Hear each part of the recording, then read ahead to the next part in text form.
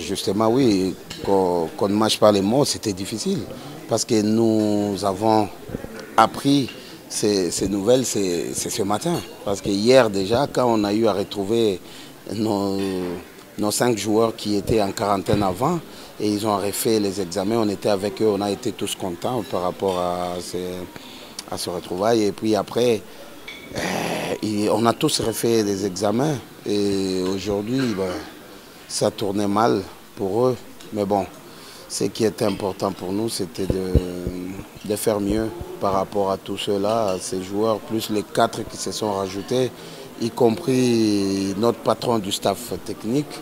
Donc c'était pas facile. Et pour bien gérer cela, nous avons pensé psychologiquement. Nous avons demandé à Yaflo de pouvoir tenir ces meetings d'avant-match, et il l'a fait pour montrer à tous ces joueurs qu'il était toujours avec nous et qui comptait beaucoup sur nous. Donc voilà quoi, il fallait le faire et il l'a fait, et on était toujours en communication avec lui, et à la mi-temps même on a encore échangé par rapport à tout ce que lui aussi a vu de loin et ce que nous avons vécu sur le terrain, donc pour pouvoir essayer de récupérer la situation et arranger les choses.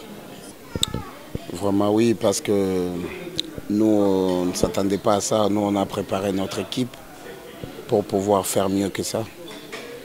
Non, ce match, c'était un bon match parce qu'il y avait une très bonne équipe en place qui a été bien organisée défensivement avec 5 joueurs derrière et 4 milieux plus un attaquant. Donc, on n'a pas eu assez d'espace pour pouvoir jouer de ballons profonds, de passes dans les intervalles. Donc voilà, ça nous a coûté un peu cher. Et après, on a eu à poser les jeux, on a circulé le ballon pour pouvoir déplacer ces blocs adverses et trouver des brèches là où on pourrait passer. Justement, on a commencé ce match avec beaucoup de lourdeur.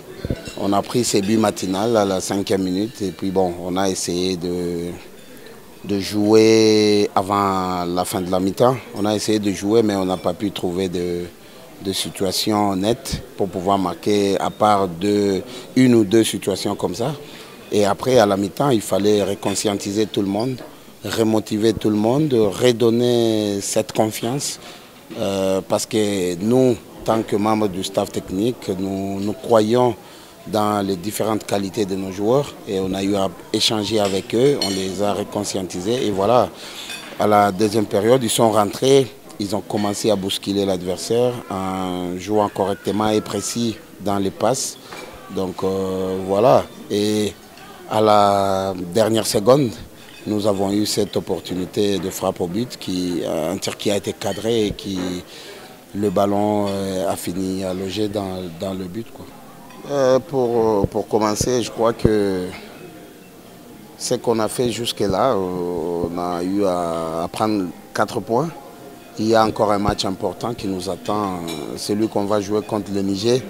C'est aussi un match à ne pas négliger, donc on va essayer de bien préparer encore l'équipe pour pouvoir faire mieux par rapport à aujourd'hui. Donc la qualification passera là, ce n'est pas encore passé jusque-là, donc il faut que nous puissions faire mieux, gagner ces matchs-là. C'est vrai, ça ne sera pas facile.